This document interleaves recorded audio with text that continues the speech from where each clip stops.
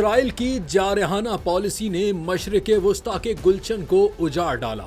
America एक बार फिर Israel की जंग में कूदने के लिए तैयार। अमेरिकी सदर ईरान को इराक के तर्ज पर तबाह करने की धमकियां देने लगा। अमेरिकी बयानात के बाद अफगान तालिबान ने बरादर इस्लामी मुल्क ईरान का साथ देने का बयान दे दिया। अमेरिका और ईरान के दरमियान कशीदगी में हालिया दिनों में इजाफा हुआ है। अमेरिकी सदर डोनाल्ड ट्रंप ने ईरान के खिलाफ फौजी कार्रवाई की धमकी दी है।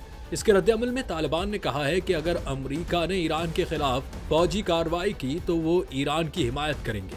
ये बयान ईरान के साथ तालिबान के बढ़ते हुए ताल्लुकात और खित्ते की सिक्योरिटी सूरत हाल की अक्कासी करता है। तालिबान के मुताबिक ईरान के साथ उनके ताल्लुकात बिरादराना हैं और वो किसी भी बैरूनी जारहियत के खिलाफ एक दूसरे का साथ देंगे। वाज़ेह है कि ईरान के जौहरी प्रोग्राम को रोकने के लिए इसराइल ने भी ईरान के मुख्तलिफ फौजी और जौहरी तनसीबात पर हमले किए हैं, जिसके नतीजे में ईरान ने जवाबी कार्रवाई की।